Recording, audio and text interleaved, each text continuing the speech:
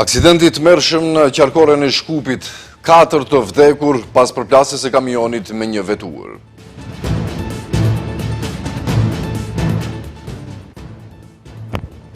LSDM kërkon dorëheqjen e ministrit të punëve të brendshme Panço Toshkovski për shkak të dhunës dhe vrasjeve të shumta.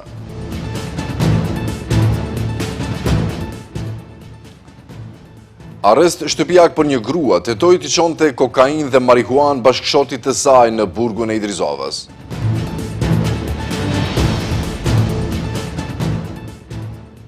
LSDM dhe VMRO-TPMN përplasen për eurointegrimet. LSDM-ja thotë se do të mbetemi në qorsokak, ndërkaq VMRO-TPMN thotë se jemi para gjithë kandidatëve.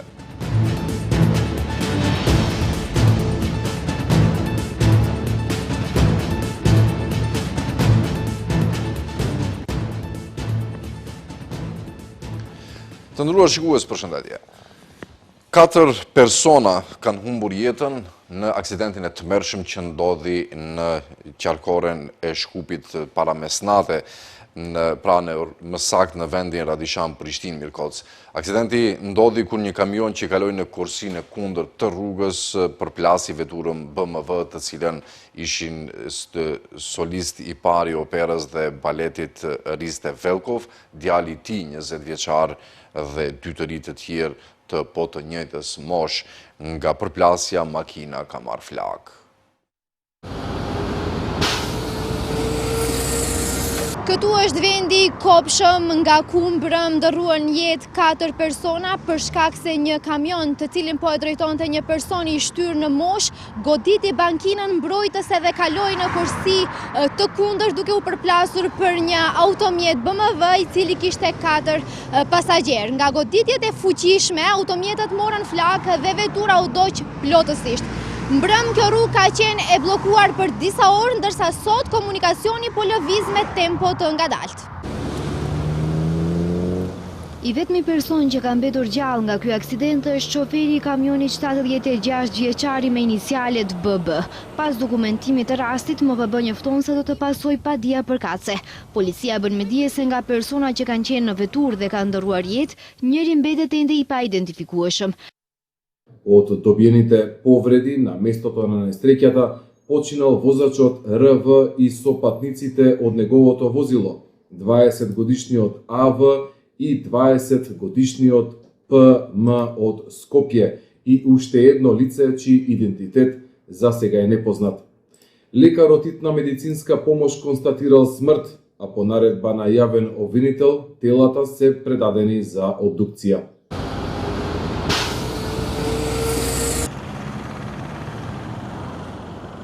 Në mesin e viktimave ishte baritoni dhe solisti i parë i opera dhe baletit kombëtar Riste Velkov dhe djali i tij 20 vjeçar. Pas këtij lajmi reagoi institucioni ku ai kishte punuar, duke shprehur ngushëllime dhe keqardhje nga humbja e jetës së baristit të tyre. Ngjarja ka ndodhur të ejtën rreth orës 23 në qarkoren Radishan Prishtinë Mirkoc, ku kamioni me targa të Kosovës e ka humbur kontrollin dhe ka kaluar përmes rrethojës metalike në krahun e kundërt të autostradës. Vetura dhe kabina e kamionit janë ndjekur plotësisht, ndërsa zjarri ishte shuar nga ekipi i brigadës së zjarfikësve të Shkupit. Për shkak të ekspertizës nga organit përkatëse, kjo rrugë ka qenë bllokuar nga ora 23:10 deri në 5 të mëngjesit. Është identifikuar dhe viktima e 4 nga aksidenti tragjik që ndodhi mbrëm afër mesnate. Bëhet fjalë për gjithashtu për një 20 vjeçar, krahas 3 viktimave të tjera të cilët të ndruan jetë në vendin e ngjarjes, 2 prej të cilëve ishin po ashtu 20 vjeçar. Nga plagët e marra nga goditjet e përplasjes mes kamionit dhe veturës e që ishin kapluar edhe nga flakët, të gjithë pasagjerët e veturës ndruan jetë, ndërsa 3 u identifikuan më njëherë, kurse identiteti i personit të 4 u bë i njohur për organet më vonë.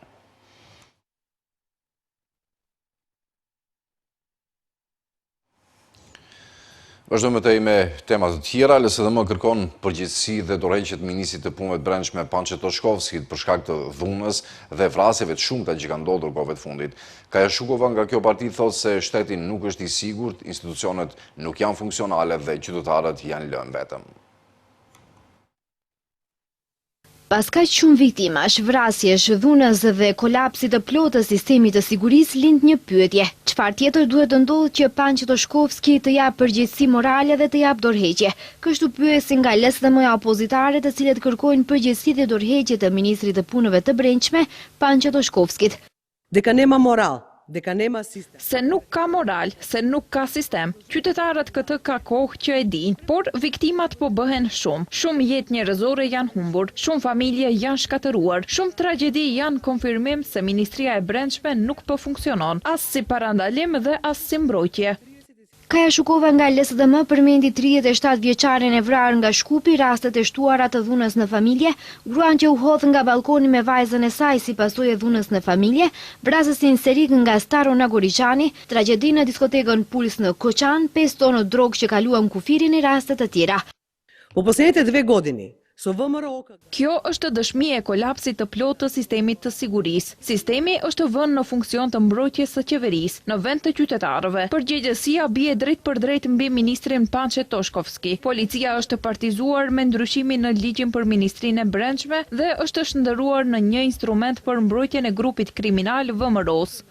Shukova thotë se shteti nuk është i sigurt, institucionet nuk janë funksionale dhe qytetarët janë lënë vetëm. Një grua nga Shkupi tentoi t'i çonte kokainë dhe marihuanë bashkëshortit e saj që gjendet në burgun e Idrizovës. Drogën e kishte fshehur në 2 tabla vezësh, punonësit e burgut e zbuluan drogën në momentin kur ajo donte të hynte në burg. Me që ajo është në një foshnje 5 muajshe, prokuroria ka kërkuar arrest shtëpiak për të. Një 25 vjeçare nga Shkupi është përpjekur të fuzë drogë në burgun e Idrizovës gjatë një vizite të bashkëshorti i saj.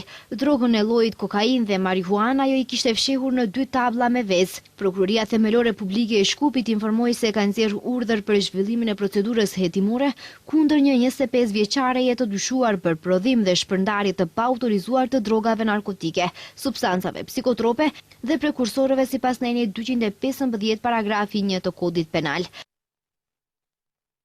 Më 20 maj, ajo është përpjekur të fusë në mënyrë të paautorizuar drogë narkotike, marihuanë dhe kokainë në burgun e Idrizovës në Shkup, gjatë kohës që ishte në vizit të bashkëshorti i saj, i cili po vuan dënimin në burg. Prokuroria informoi se ajo kishte sjellë në burg 2 tabla në të cilat, duke i vizualisht se ishin paketuar gjithsej 60 vezë, por gjatë kontrollit me skaner dhe kontrollit manual, është konstatuar se 28 prej tyre përmbanin pako me drogë, përkatësisht gjithsej 380.62 gram marihuan dhe 142.2 gram kokainë. Duke marrë parasysh peshën e veprës dhe rrezikun e arratisjes apo përsëritjes së veprës, por edhe faktin që e dyshuara është nënë e fëmijëve të mitur, prej të cilëve një foshnjë 5 muajshe, prokurori publik i ka dorëzuar gjyqtarit të procedurës paraprake propozim për saktimin e masës së arrestit shtëpiak për të dyshuarën.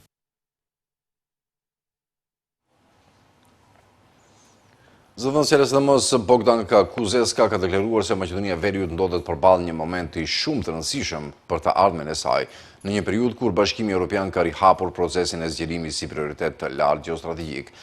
Kuzeska ka paralajmëruar se vendet e rajonit si Mali i Zi dhe Shqipëria tashmë po shënojnë përparim serioz dhe tha se nëse humbim këtë mundësi për antarësim në Bashkimin Evropian, rrezikojmë të mbetemi një qorësokak i Ballkanit.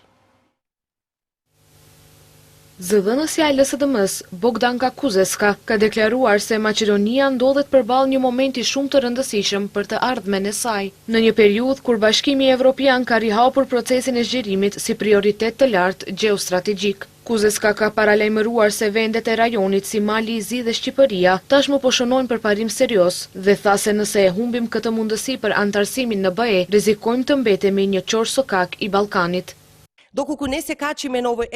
Nëse nuk hipim në këtë tren europian tani, është e mundur që dyert të mbyllen për dekada. Nëse mbetemi jashtë procesit, nuk do të jemi pjesë e kornizave të reja buxhetore europiane. Nuk do të kemi qasje në fondet zhvillimore dhe do të vazhdojmë të zhytemi në varfëri dhe pasiguri.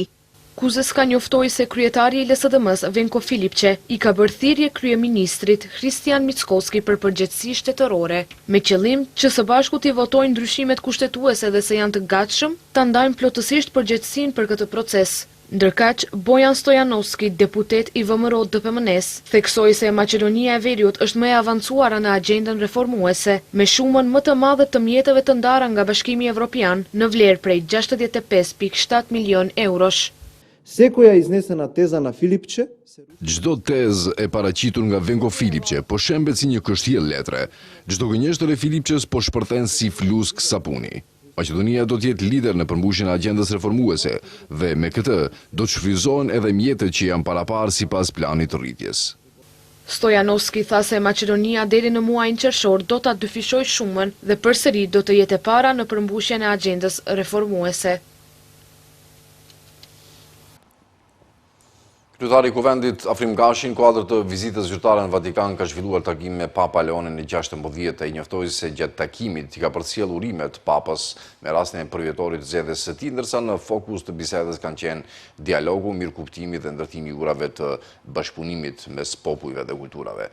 Riafirmua marrëdhëniet tradicionale dhe miqësore ndërmjet Maqedonisë Veriut dhe Selisë së Shenjtë, ndërsa theksova për kushtimin e Maqedonisë Veriut ndaj bashkëjetesës ndëretnike, multikulturore dhe ndërfetare si një model që forcon stabilitetin dhe solidaritetin në rajonin tonë. Theksuam se trashëgimia universale e Shën Kirilit dhe Metodit si dhe humanizmi Nën Terezës mbeten frymëzimi i përhershëm dhe ura që lidhin njerëzit përmes vlerave të përbashkëta njerëzore, njoftoi Gashi.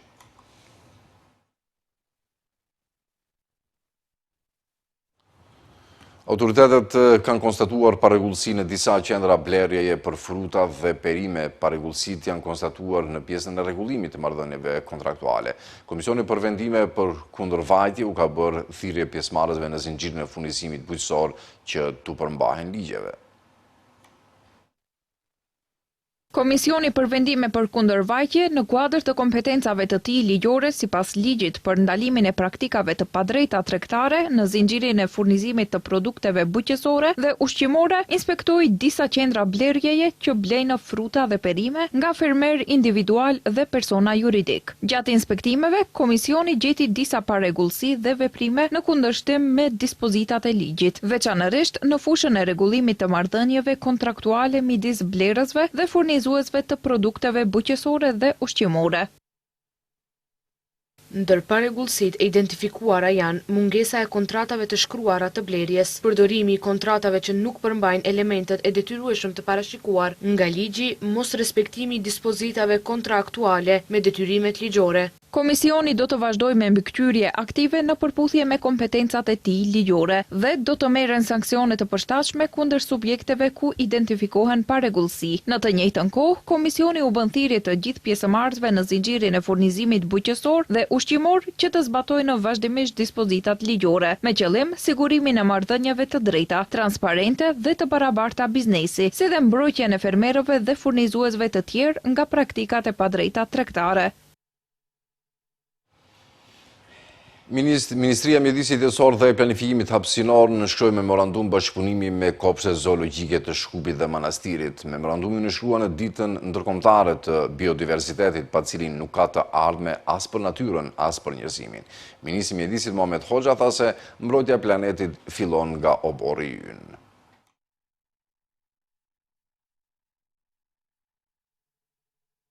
Me rastin e ditës ndërkombëtare të biodiversitetit, në ambientet e kopshtit zoologjik në Shkup, u nënshkrua memorandum bashkëpunimi mes Ministrisë së Mjedisit Jetësor dhe Planifikimit Hapësinor dhe kopshteve zoologjike të Shkupit dhe Manastirit. Ministri i Mjedisit Jetësor dhe Planifikimit Hapësinor, Muhamet Hoxha, theksoi rëndësinë e mbrojtjes së biodiversitetit dhe bashkëpunimit institucional për ruajtjen e botës shtazore dhe zhvillimin e vetdijes ekologjike në vend. Motoja e kësaj dite të nderuar është veprim lokal për ndikim global. Na kujton një të vërtetë se mbrojtja e planetit fillon nga obori ynë.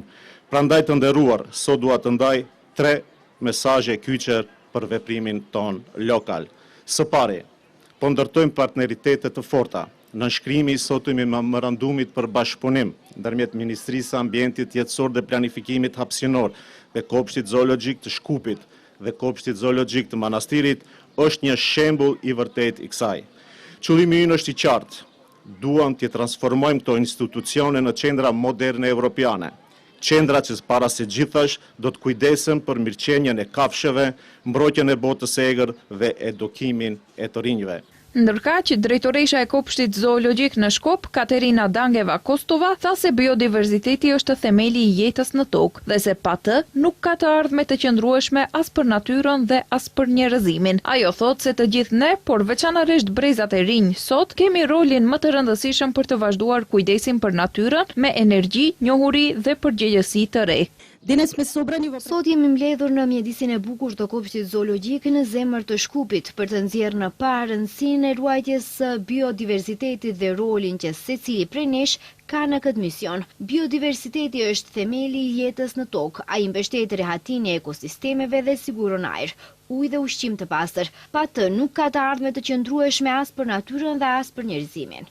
Ministri Hoxha tha se vendi ynë ka një trashëgimi të pasur natyrore dhe vlerëson se kjo është krenari, por dhe obligim për të gjithë ne. Nga ku vetëm përmes punës së përbashkët mes institucioneve, komunitetit shkencor, qytetarëve dhe të rinjve, mund ta ruajmë vërtet atë.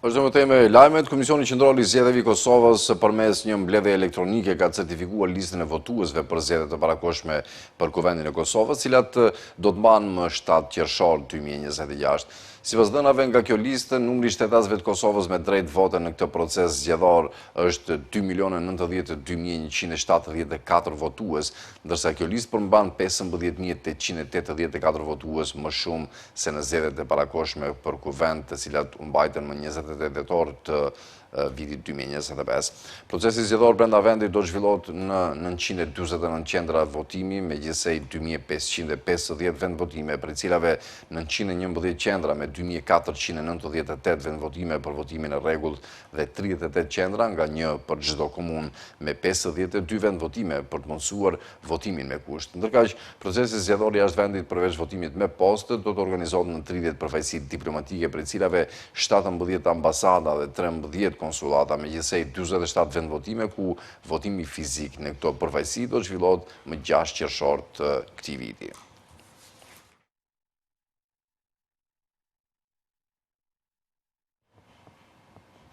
Prokuroria belge ka hapur hetim për përfshirjen e mundshme të shtetasëve belg në të ashtu quajturat safari me snajper gjatë luftës së Bosnjës në vitet 90-ta, raportuan të njëjtën mediat lokale.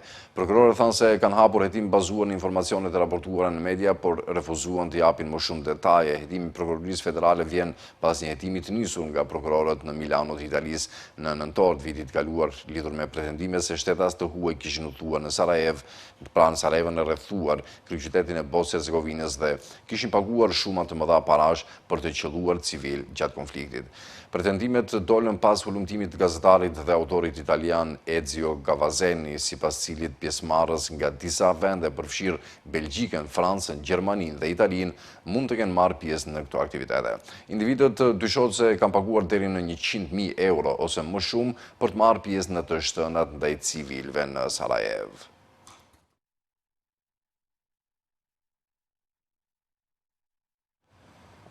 Sekretari Amerikan i Shtetit Marco Rubio ka deklaruar se është bërë pak përparim lidhur me situatën që përfshin Iranin dhe ngushtisjen e Hormuzit. Ka pasur një farë përparimi të vogël, nuk duhet të egzageroj, por ka pasur pak lëvizje dhe kjo është gjë e mirë, tha Rubio gazetarëve para takimit të ministrave të jashtëm të NATO-s së bashku me sekretarin e përgjithshëm të NATO-s Mark Rutte. Rubio tha se bazat mbeten të njëjta, duke shtuar Irani nuk mund të ketë kurrë armë bërthamore, thjesht nuk mund t'i prodhojë ato. Ai tha se Washingtoni po pret rezultatin e diskutimeve të vazhdueshme lidhur me Iranin, duke theksuar se çështjet që lidhen me pasurimin e uraniumit dhe rezervat iraniane të uraniumit shumë pasuruara duhet të adresohen. Rubio gjithashtu akuzoi Iranin se po përpiqet të krijojë një sistem tarifimit në ngushtisjen e Hormuzit, duke theksuar se Teherani po përpiqet ta bindë Omanin të bashkohet kësaj nisme.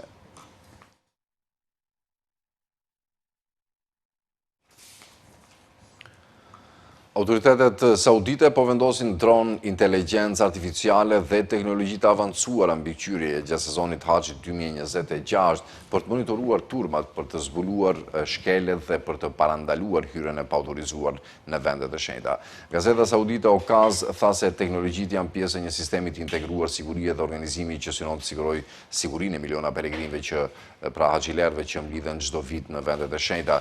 Autoritetet saudite po përdorin dron për të gjurmuar dhe kapur shkelësit e rregulloreve të Haxhit së bashku me avion me krah fiks të ngarkuar me monitorimin e përpjekjeve të hyrjes së paligjshme në vendet e shenjta në sloganin "Asnjë Haxh pa leje", sipas raportit.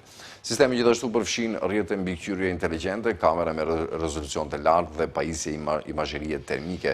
Autoritetet po mbështeten gjithashtu në sistemet e analizës së turmës të mundësuara nga inteligjenca artificiale për të parashikuar mbi ngarkesën para se të ndodhë dhe për t'i ridrejtuar haxhilerët larg rrugëve të mbipopulluara, ndërsa teknologjia e njohjes së fytyrës po përdoret për të identifikuar individët dhe për të forcuar masat e sigurisë. Po mbyllim këtu këtë edicion të lajmeve të nderuar shikues për t'u takuar sërish në orat 18:55. Mirëmbëjtje deri atëherë.